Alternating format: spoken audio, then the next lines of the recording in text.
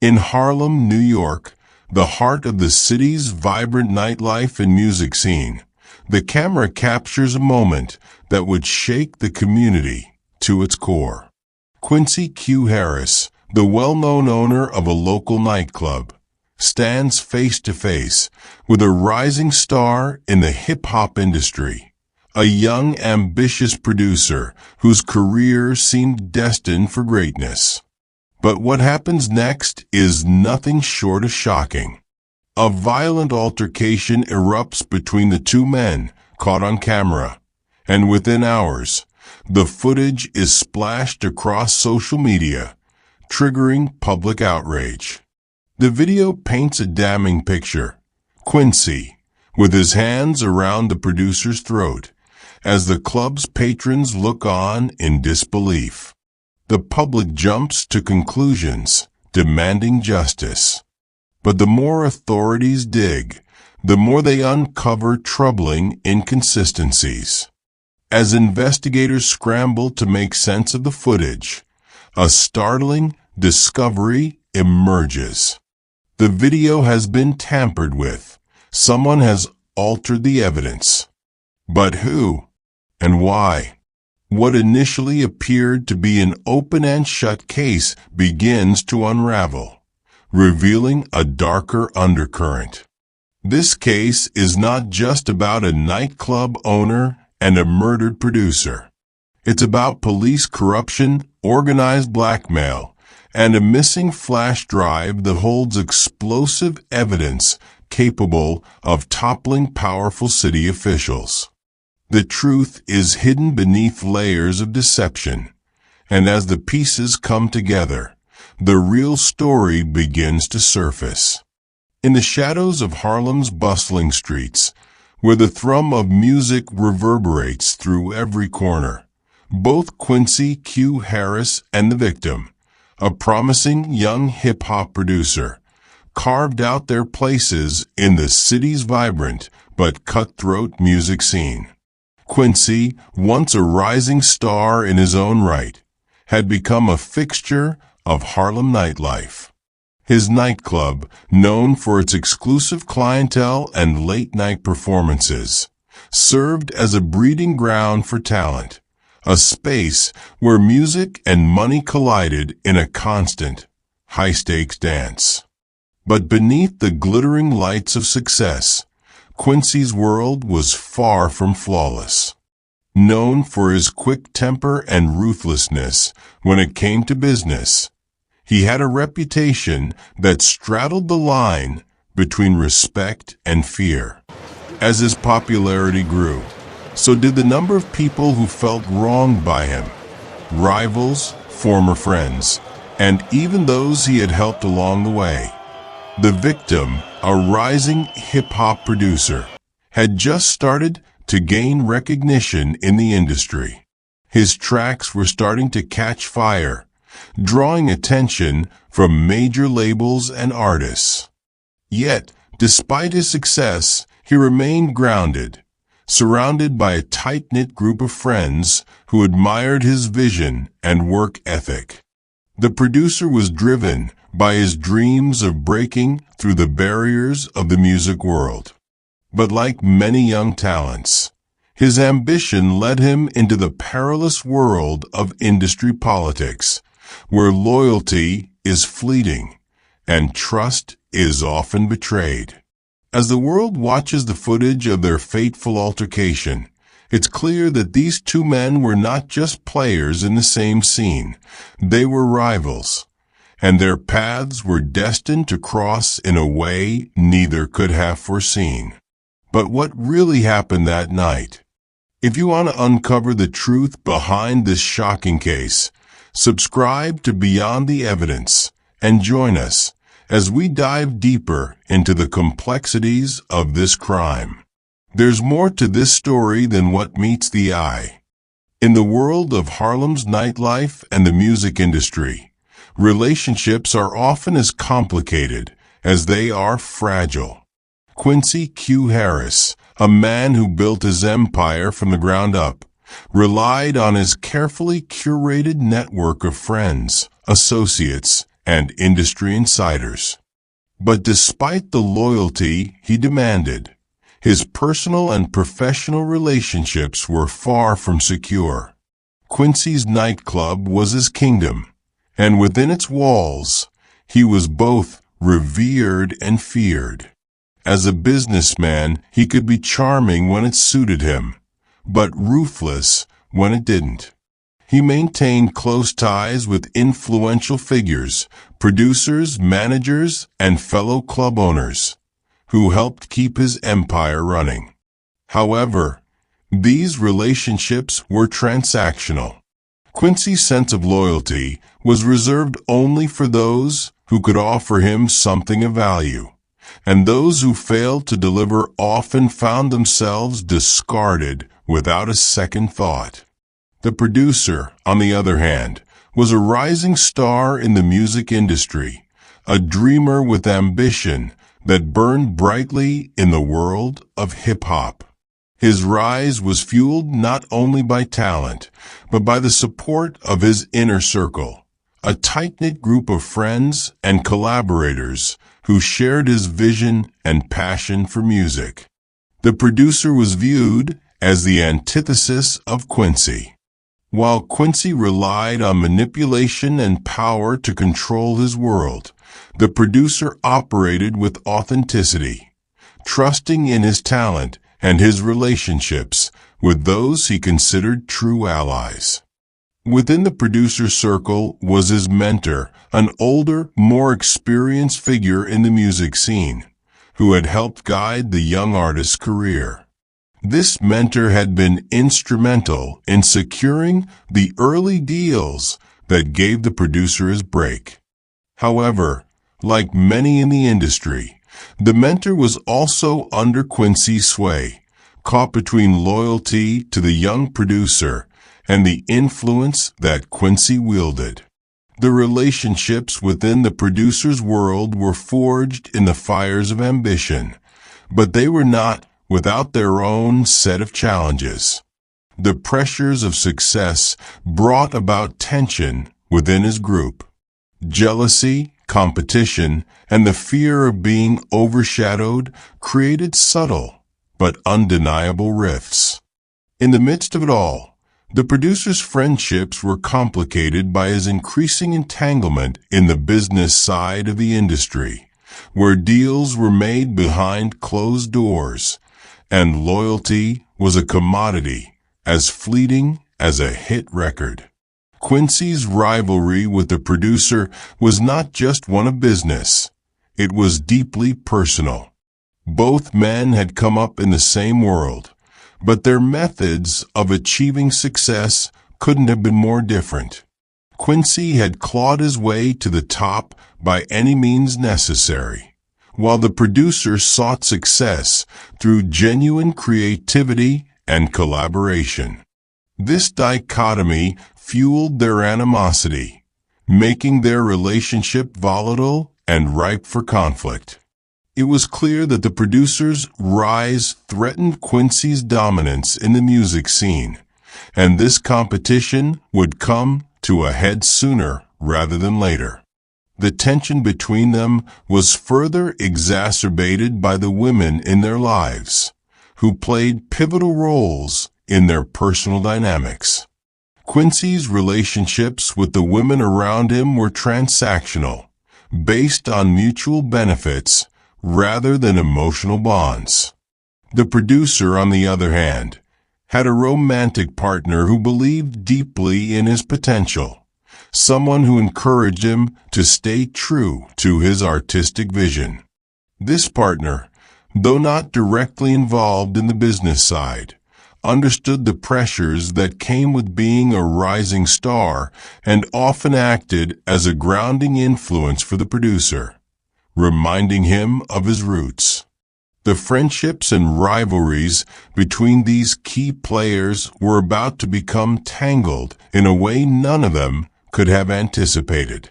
Quincy, the calculating nightclub owner, and the young, idealistic producer, once strangers bound by their shared love for music, now found themselves locked in an escalating conflict. The undercurrent of power struggles, betrayals, and unspoken grievances would soon erupt, setting the stage for the violent altercation that would change their lives forever. As these relationships continue to evolve, it becomes clear that the true story behind the murder isn't just about two men. It's about the complex web of loyalty, ambition, and betrayal that defines their lives. The peace of the nightlife scene in Harlem shattered in an instant, as an unexpected altercation unfolded at Quincy Q. Harris's nightclub. It was a night like any other, patrons filling the club, the music vibrating through the walls, and Quincy overseeing his domain with the practiced ease of someone who had seen all. But things took a violent turn when Quincy came face to face with a rising star in the hip-hop world, the young producer who had recently signed a promising contract, and whose career seemed destined for greatness. The altercation was quick but brutal. In front of dozens of onlookers, the young producer and Quincy exchanged heated words, escalating into a physical confrontation. Quincy, known for his fiery temper, quickly grabbed hold of the producer, his hands wrapping around the young man's neck in what appeared to be a violent, uncontrollable outburst. The footage captured on the club's security cameras showed the rapid escalation, the shocking sight of Quincy overpowering the producer. It was a snapshot of violence, and in that moment, the consequences of the altercation were not yet clear. What happened next was even more alarming. The footage, which had been quickly circulated online, caught the attention of the public. But as the video spread across social media, there were discrepancies. The altercation appeared more aggressive than initial witness accounts had suggested. There were signs that some of the footage had been edited, raising suspicions of foul play. Key moments in the video didn't match the testimonies of those who were present. The video's editing suggested someone had intentionally altered the sequence to frame Quincy, but the question remained: who? Early signs of something far larger than a simple fight emerged when the young producer's family, in their grief, began to piece together their own investigation. Their suspicions were aroused when they learned that certain footage had been withheld, and when a missing flash drive, a crucial piece of evidence, was rumored to hold key information about the night's events. The producer's associates, who were initially hesitant to speak out, began to hint at the possibility of a conspiracy involving not just Quincy, but the police force, the music industry, and a much more complicated web of influence and power. The growing number of questions surrounding the footage and the mysterious disappearance of evidence signaled the first signs of corruption. There was an increasing sense that the truth was being buried, and that the investigation into the altercation was not going to follow the straightforward path that many had expected. At the center of it all was Quincy, whose actions in the nightclub set off a chain of events far beyond anything he could have anticipated. The very incident that seemed like an isolated act of violence was quickly transforming into something that could bring down not just one man, but an entire system. The warning signs were now clear. What appeared to be a simple brawl between two men had unleashed a series of events that threatened to expose a much darker reality. The altercation had been the spark, but was only the beginning of something much more dangerous. As the investigation into the altercation between Quincy Q. Harris and the young hip-hop producer escalates, the narrative shifts from a straightforward case of a nightclub confrontation to a far more complex web of deception and corruption. What was initially perceived as a public dispute between two men, one a rising star and the other an established figure, soon takes on a darker tone. In the weeks following the release of the shocking footage, tensions between Quincy's world and that of the producer only continue to intensify. The media circus surrounding the case amplifies the sense of urgency. While public opinion largely condemns Quincy's actions, law enforcement begins to investigate, treating the case as a potential homicide. But with each passing day, cracks begin to appear in the seemingly clear narrative. There are inconsistencies, small but troubling details that hint at something more than meets the eye. It starts with the footage itself. Initially, it appeared to be damning evidence, capturing the violent altercation in its rawest form. But as detectives review the video, they notice something off. The sequence of events doesn't align with the initial witness statements. Key moments in the footage appear to have been edited or erased. The angles don't make sense. Parts of the video seem artificially manipulated, leading investigators to question its authenticity. Enter the lawyer representing Quincy, a determined and sharp-witted woman who quickly recognizes that this case is not as clear-cut as it seems. She starts to dig deeper into the video evidence, suspecting foul play. Her inquiries lead her to the discovery of hidden discrepancies, evidence that someone, or perhaps a group of individuals, had tampered with the footage before it was made public. The idea that someone could have intentionally altered the video to frame Quincy becomes a compelling theory, but it's not the only shocking revelation.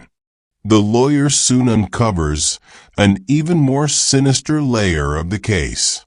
In the midst of her investigation, she learns of a missing flash drive, one that supposedly contains crucial footage and information about the altercation. This flash drive, it turns out, had been in the possession of one of the producer's closest associates. The contents of the drive could potentially clear up the confusion surrounding the video, if it had not mysteriously disappeared. As the lawyer continues her search, she begins to piece together a much larger conspiracy, one that involves organized blackmail and corruption within the city's law enforcement. The missing flash drive is not just an ordinary piece of evidence. It holds the key to unraveling a web of crime that reaches deep into the heart of the city's political and police forces. The lawyer's persistence leads her to a disturbing realization. The case is not merely about one man's violent outburst, but about the systemic corruption that protects the guilty and punishes the innocent. Quincy, who had initially hoped to weather the storm with a simple defense, finds himself entangled in something much larger than he anticipated. As the lawyer delves further into the background of the city's police force, she uncovers a disturbing pattern of blackmail and collusion. Officers within the department have long been involved in a scheme to protect powerful individuals in exchange for favors and money. This is the network that Quincy had unknowingly walked into, a world of dirty deals and dangerous connections, where nothing is as it seems. The lawyer's investigation soon begins to draw attention from higher-ups in the city, and her safety becomes increasingly threatened. As she pushes forward, she finds herself being watched, her every move scrutinized. the deeper she digs, the more she realizes that those in power are willing to do whatever it takes to keep the truth buried. Her pursuit of justice for the producer's family may cost her more than she's prepared to give. Amidst all this, Quincy becomes more isolated. His once loyal associates, now fearful of the growing scandal, begin to distance themselves. His reputation as a ruthless businessman becomes a double-edged sword. While some of his friends in high places continue to offer their support, others are quick to turn their backs, knowing that they, too, could be implicated in the broader conspiracy.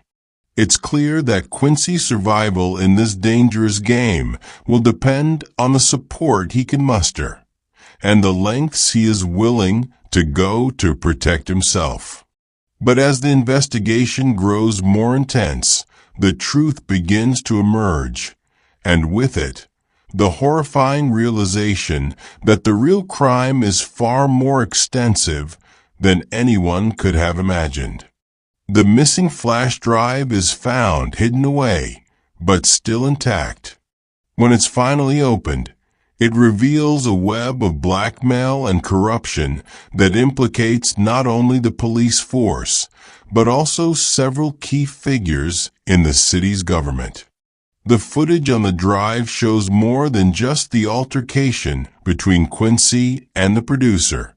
It reveals a network of criminal activity orchestrated by powerful individuals who would stop at nothing to protect their secrets.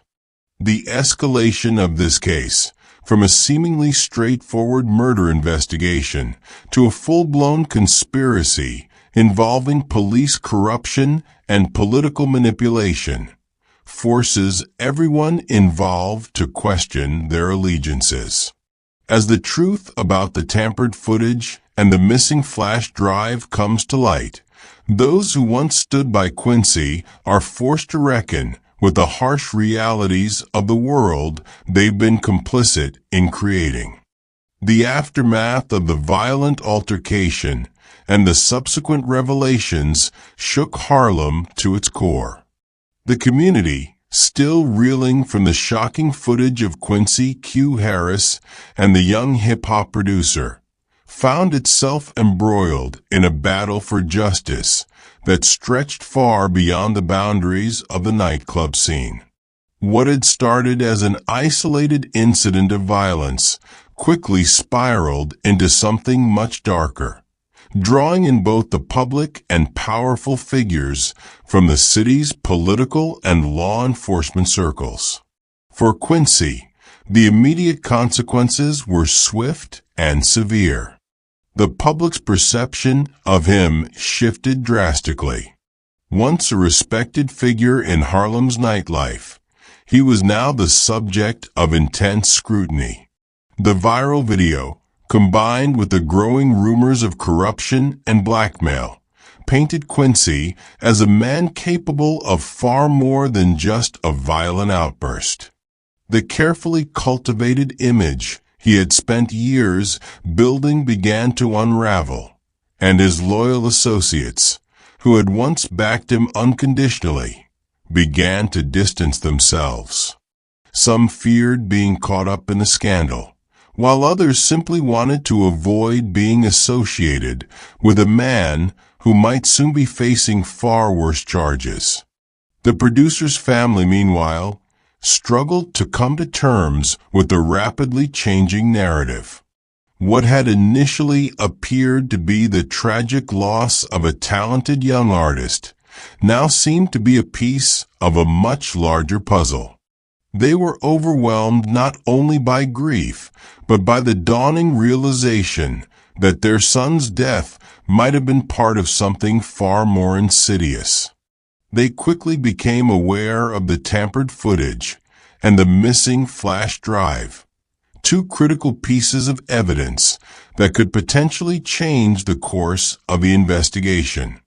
But as the details of the corruption within the police force came to light, they also realized that their pursuit of justice would not be as simple as they had hoped.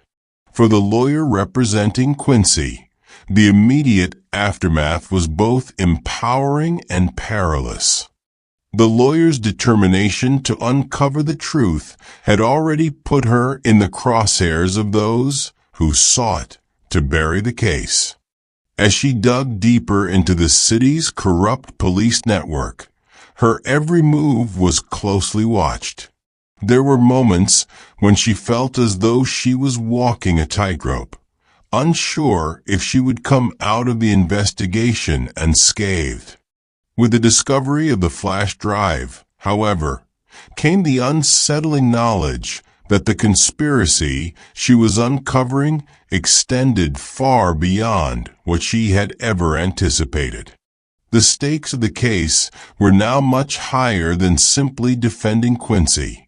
They were about exposing a corruption that threatened to destabilize the city's political and legal systems. As the investigation progressed, the public's reactions were mixed. While many demanded immediate action and accountability, others were quick to dismiss the accusations of corruption as exaggerated. In a city like Harlem, where distrust of authority ran deep, it was unclear whether the public would rally behind the truth or fall victim to the disinformation campaigns that were beginning to surface. Some saw the case as yet another example of the system failing the people it was supposed to protect, while others viewed it as an isolated incident, an unfortunate altercation blown out of proportion. The media, ever hungry for sensational stories, fed the fire. They painted Quincy as the villain, but the corruption within the police force was a far more complex story, one that had yet to fully unfold. As the lawyer and a handful of brave investigators continued to dig, they were met with resistance at every turn. Sources within the police force were reluctant to talk, and some were outright hostile. The closer they got to the truth, the more dangerous the situation became for everyone involved. As the weeks passed, it became clear that the case would not simply disappear.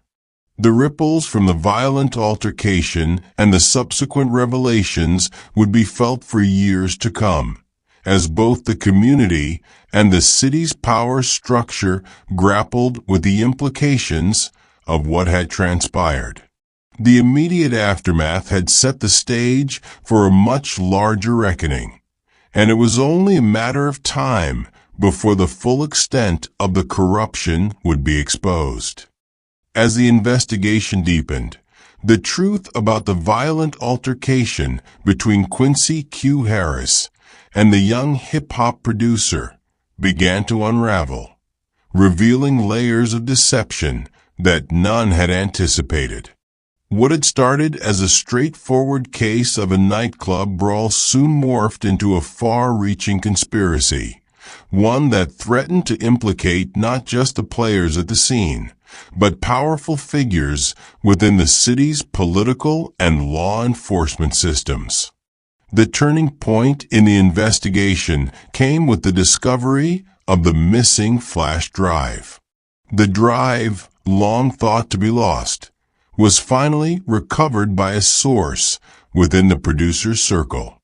Upon its recovery, investigators found more than just evidence of the altercation. It held an explosive record of corrupt practices, blackmail, and illegal dealings involving key officials within the city.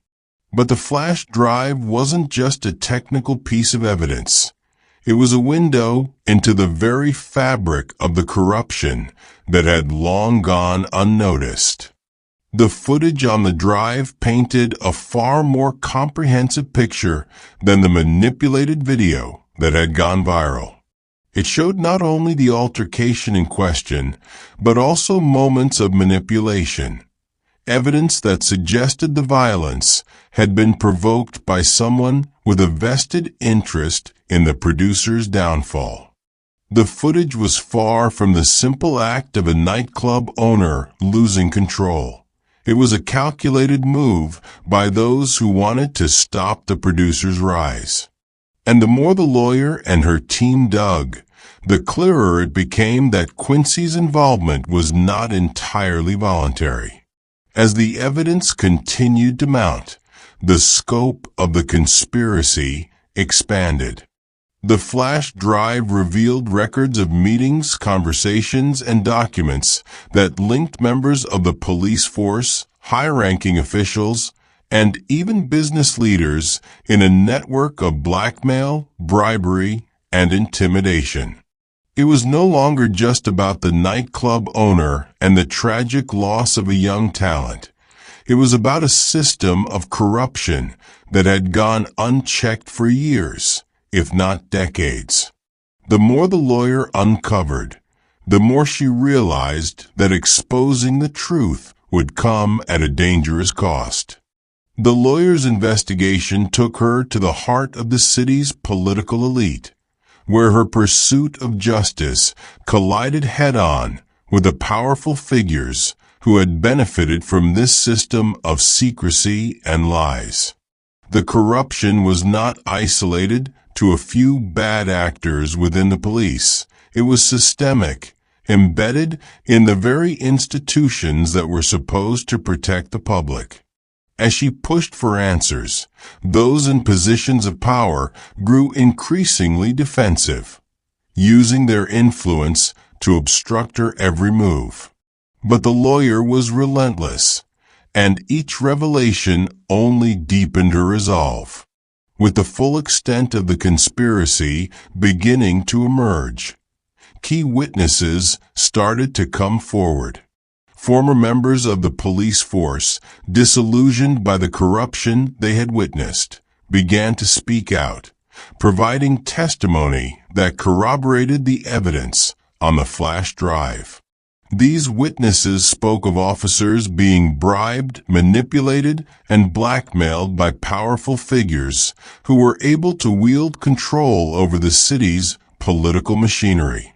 The corruption ran so deep that it was no longer clear where the line between law enforcement and criminal enterprise began. The investigation into Quincy's role in the murder of the hip-hop producer, meanwhile, took a more complex turn. Quincy's lawyer had initially believed that the nightclub owner was simply a pawn in a much larger scheme, but the evidence suggested something more troubling.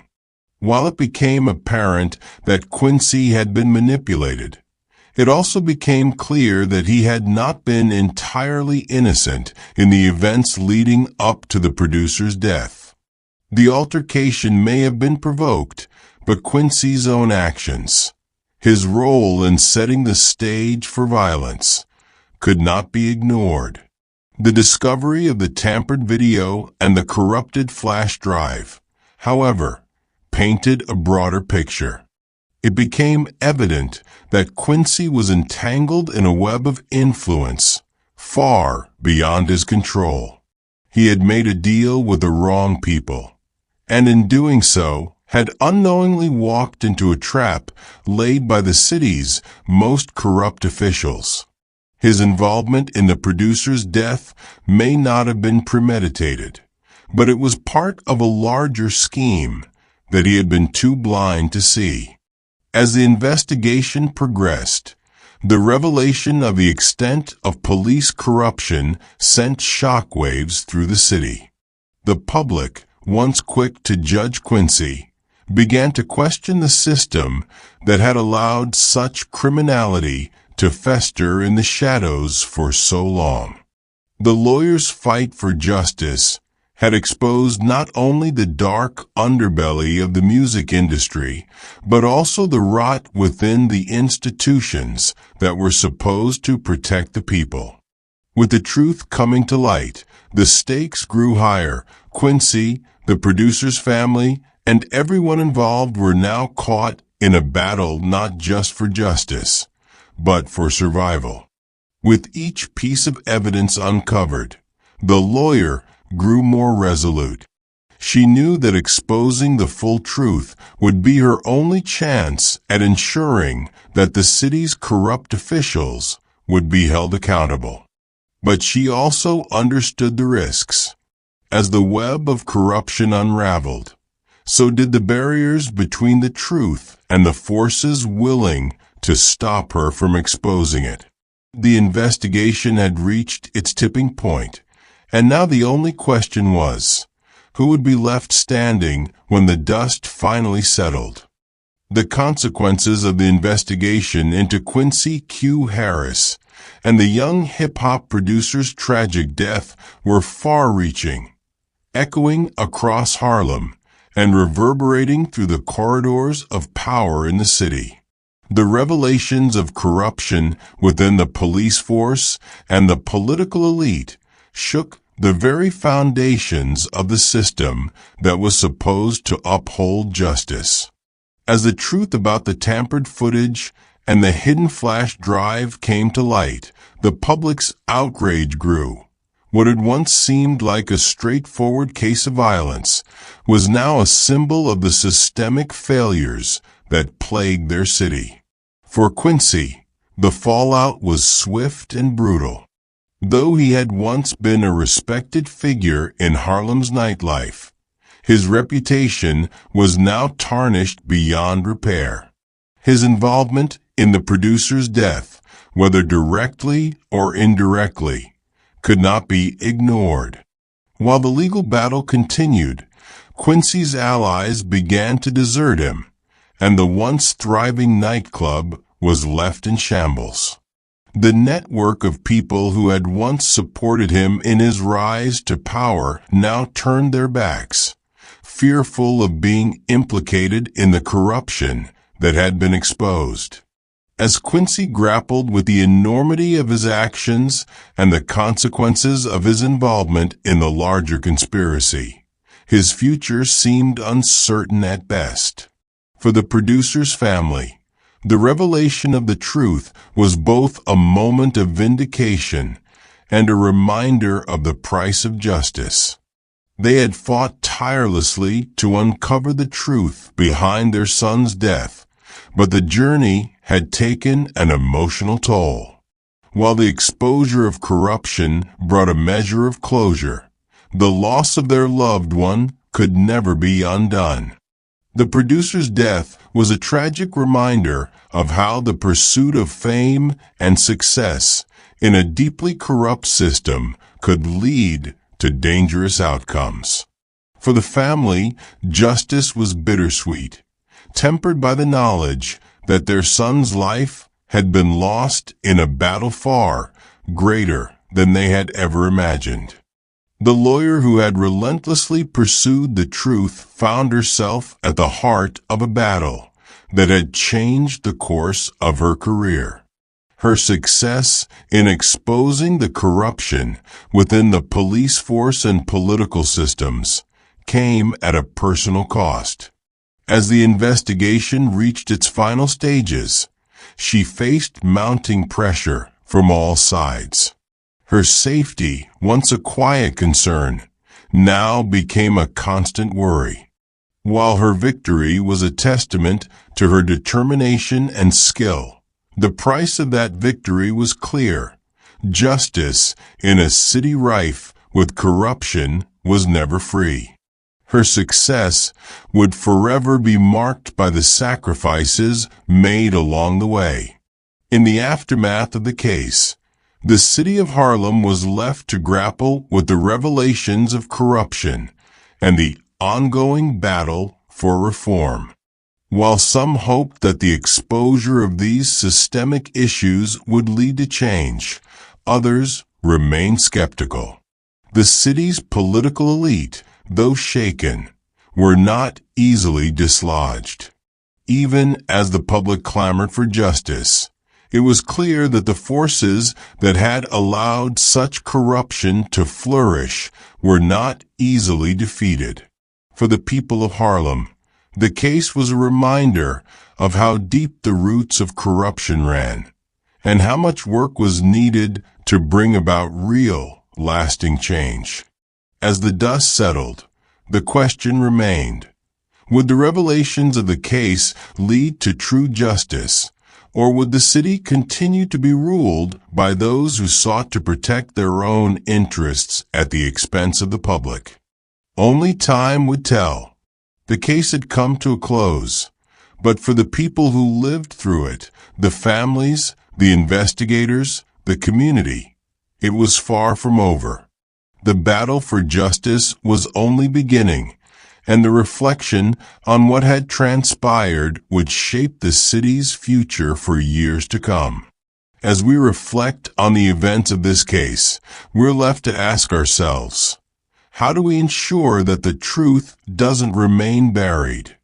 What can we do to protect those who are vulnerable to corruption and violence?